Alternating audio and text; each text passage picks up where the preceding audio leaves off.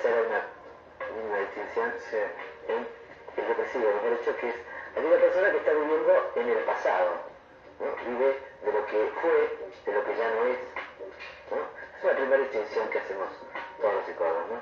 En la depresión mira hacia atrás, el ansioso mira hacia adelante. La única manera, alejados del momento, los dos están fuera del lugar donde estamos. Claro. ¿Y qué es lo que nos da o sea, con qué detalles percibimos un ansioso con problemas, no la ansiedad por ahí de la vida cotidiana?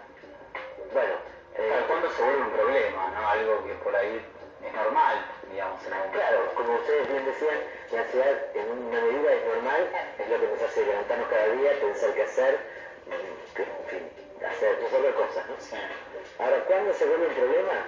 Bueno, al principio cuando limita alguna cosa, ¿no?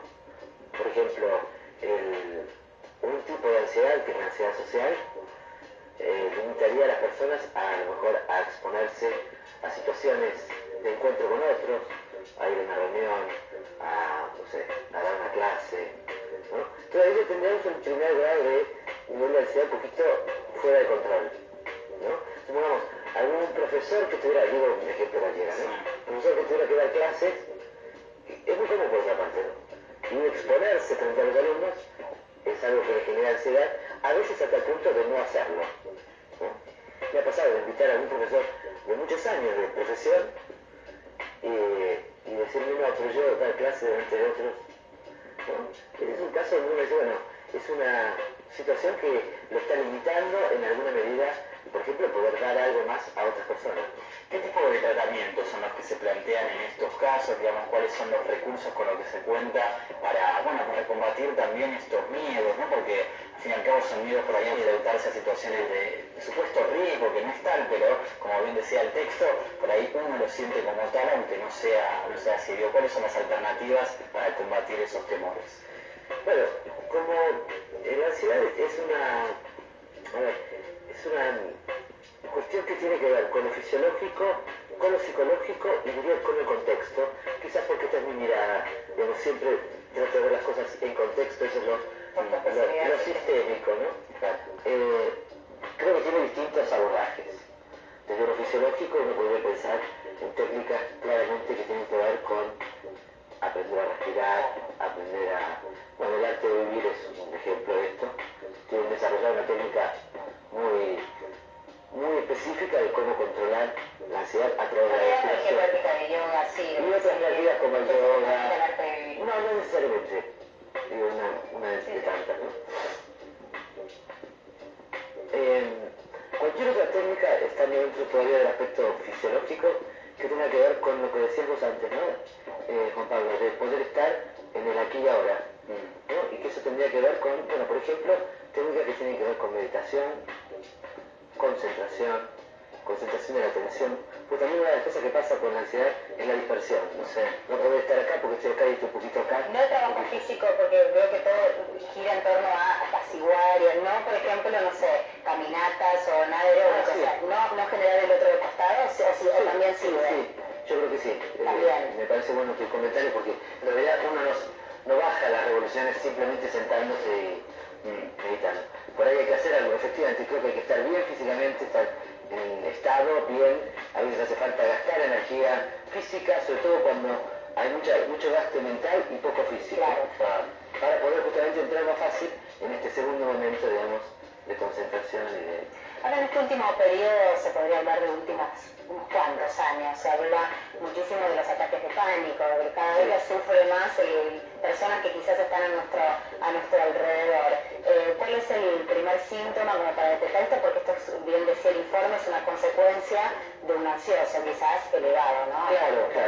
Perdón, solo para completar lo anterior, quisiera decir que hay además abordajes de tipo psicológico, digamos, como enfrentar las situaciones que generan ansiedad y cuestiones que tienen que ver con lo social, que también tiene que ver con moderar o modificar algunas cuestiones del entorno. Esto nada más que para redondear lo que decíamos antes, lo desarrollaremos en otro momento. El ataque de pánico efectivamente es una de las situaciones así más fuertes, más llamativas de lo que podemos llamar ansiedad, ¿no? ¿Pero es un síntoma del siglo o ha habido ataque de pánico en otros momentos históricos pero no han sido detectados como tales? Bueno, digamos que no existía la categoría de ataque de pánico, ¿no? Esto categoría que existe hará unos 20 y tantos años. Claro.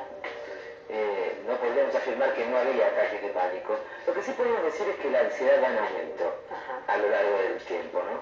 Quizás por el modo de vida, que va en aumento también la velocidad de una cantidad de cosas, ¿no? Siempre se habla con respecto a eso del estrés, que es una categoría por eso lo decía, por eso le preguntaba. como un estrés positivo y un estrés negativo, siempre se tiende a hacer esa diferenciación, ¿no? Como si hubiera cierta cantidad de estrés que fuera necesario para la vida, también bastante exigente, para la vida de todos los días, y un estrés tal cual no, claro, tener la balancita hasta dónde te estás pasando y hasta dónde estás, no, va bien porque la vida es difícil, digo. Totalmente. Está bien que trabajes tanta cantidad de horas o qué. Claro, claro. Y aparte el estrés positivo, o la ansiedad positiva, podemos poner estos términos, es la que te permite, bueno, salir rápido de alguna situación. Si tú te enfrentas ante, no sé, vas por la calle y se te cruza un auto, está bueno que rápidamente tengas una reacción de estrés que te haga correrte del lugar, por ejemplo. De ansiedad, llamémosle.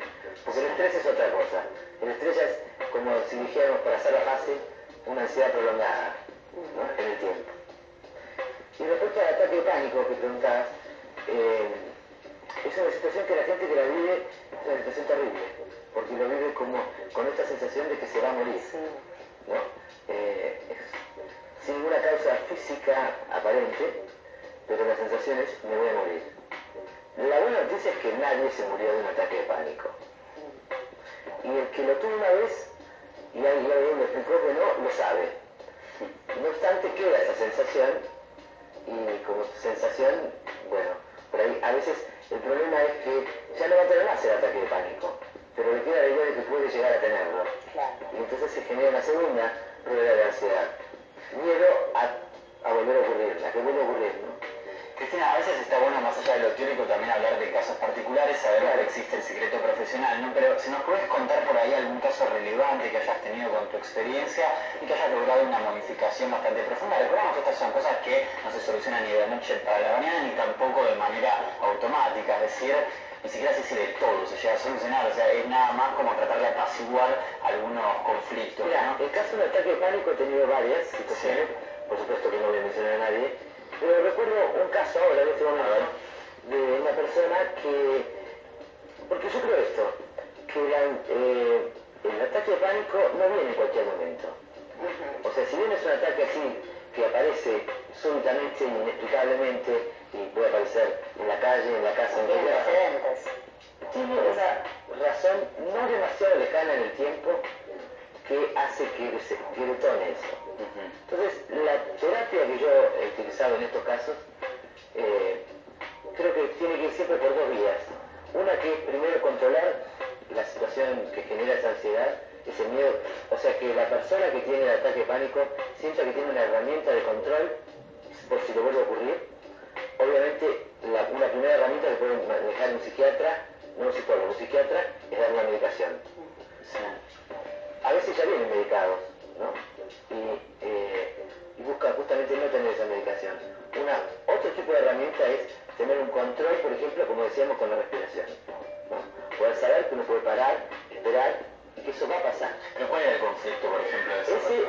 Ese es el primer punto. El segundo punto tendría que ver con enfrentar qué es lo que pasa que detona la situación. Muchas veces lo que yo he visto es que los conflictos que detonan el ataque de pánico tienen que ver o con alguien que está por asumir una responsabilidad que siente mayor que sus posibilidades, como decían en el artículo, ¿no? Alguien que evalúa que lo que va a tener que hacer es demasiado grande para lo que él cree que puede. Esa es una situación. Y después de todo tipo de situaciones, ¿no? También ha pasado, por ejemplo, lo he visto en gente, por ejemplo, que ha vivido o viene de una serie de situaciones de, vamos a llamar de mal vivir, de hacer cosas, malos hábitos, descontroles de todo tipo, y de repente aparece el ataque de pánico. Y es como una solución, porque eso frena el que siga así. Es como una defensa, claro. Casi podemos decir que en ese punto tiene un punto positivo, ¿no? Es como si el cuerpo le dijera pará. Y entonces uno puede trabajar después. Él solo después no va a querer seguir haciendo ciertas cosas que venía haciendo. Nombrábamos varios trastornos que tenían relación con la ansiedad. Claro. ¿Los especificamos nuevamente? ¿Cuáles serían? Bueno, uno muy conocido y Ahí estamos viendo las Claro. imágenes, sí, el TOC. Sí. Para que está tiempos compulsivos al aire. Tipos compulsivos y la obra de teatro, Sí. esta. Claro, también. Muestra casualmente algunas de estos rasgos. El trastorno obsesivo compulsivo, bueno, también está la película esta famosa de... Sí, Jack Nicholson. con Jack Nicholson. Ah, Mejor Imposible. Sí, Mejor Imposible. Que hacen una parodia de lo que es el TOC. Claro. Pero también, el que vive esto es tremendo, porque no puede dejar de lavarse las manos, Si pisamos no pisar la rayita, los cubiertos que tenían que estar cubiertos puestos. simétricos. Bueno, son todas maneras de tratar de tener control sobre lo que en realidad uno no puede Se controla. Claro. Sí. ¿No? Pero la ansiedad es eso, la sensación de pérdida de control. Entonces tengo que tomar medidas que refuercen ese control. Entonces, como el miedo es, me va a pasar cualquier cosa, tengo que tomar todas las medidas posibles para que eso no ocurra. Eso puede ser, desde, ya digo, un ataque, una catástrofe. Bueno, la gente lo pone en distintas cosas según muchas otras razones, ¿no? Hay gente que tiene miedo a que, bueno, que la asalten en la calle, bueno, hay razones, pero más allá de las razones, hay también una predisposición, ¿no? Sí. El miedo más allá de, o que le pase algo a un ser querido, Eso es muy común. eso es muy común, o que enfermarse, o Claro, es como una ilusión de querer controlar lo imponderable, ¿no? Y ser posible. Si te parece, Cristina, observamos una serie de placas referidas a la ansiedad para que nos vayas explicando punto por punto. Dale. ¿Cuáles? Ahí están. Estás ansiosa. Mira, por favor. Es un catalizador esto. Claro. ¿Cómo reconocer la ansiedad? Entonces es el tema que estamos tratando aquí. Conductas de preocupación es una, sensación de vigilancia constante, tensión, nervios e inseguridad. Estas serían entonces algunas de las características para reconocerse, ¿no? En esta situación de ansiedad.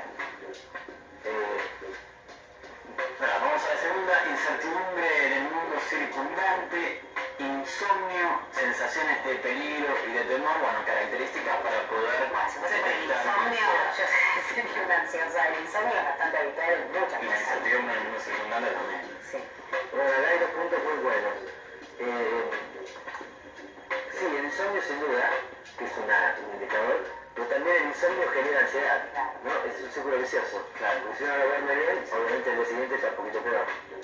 Y genera más insomnio o otro tipo de malestares que aumentan después el síntoma. Respecto a la incertidumbre, ese es un temazo, creo yo, porque es algo con lo que uno debiera aprender a vivir. Y lo digo por supuesto en términos generales, ¿no?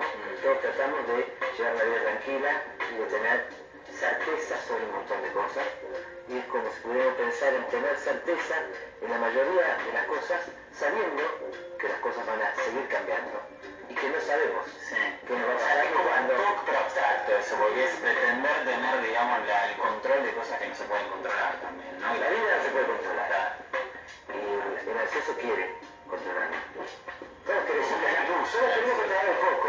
Es un gran iluso, ¿no? Es como que pretende querer controlar todo, al fin y al cabo, el ansioso. Lo que pasa es que yo creo que está en la inocencia humana, porque de movida, como ya sabemos que nos vamos a morir, ya esa es una ansiedad que viene incluida, Sí. ¿no? Ahora, bueno, ¿cómo nos las arreglamos cada uno para, digamos, poder controlar eso y que eso no nos controle a nosotros, ¿no? Esa será la diferencia. ¿Qué hacemos con un familiar cuando, por ejemplo, él no ha detectado, quizás porque no hace terapia o no reconoce estos síntomas y lo notamos? ¿Cómo lo ayudamos?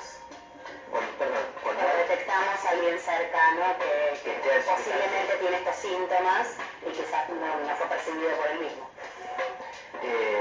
¿Cómo lo ayudamos? Depende de qué síntomas tenga, ¿no? Pero, por ejemplo, muchas veces los ansiosos, además de estar preocupados, pueden estar irritables, ¿no? O de mal humor, o cosas como estas que generan enseguida discusiones. Esta es la otra parte que hablaba del contexto del asunto, ¿no? El ansioso, además de que está ansioso él, genera un clima, que a su vez genera, se retroalimenta, claro, ¿no? Bueno, obviamente lo primero es decirle, mostrarle si puede tener alguna capacidad de verlo, ¿no? Pues, o sea, habrá manera de ayudarlo, en el sentido de que desde sugerirle algún tratamiento, desde llevarlo a caminar por una plaza, no sé, varias opciones. Bueno, muchas gracias. usted por su presencia en los estudios de CN23. Muchas gracias. Cerramos entonces, espero que les hayamos dado algunas soluciones, cerramos este segmento de salud. Gracias. Contacto con nuestra enorme marcha de los estudiantes.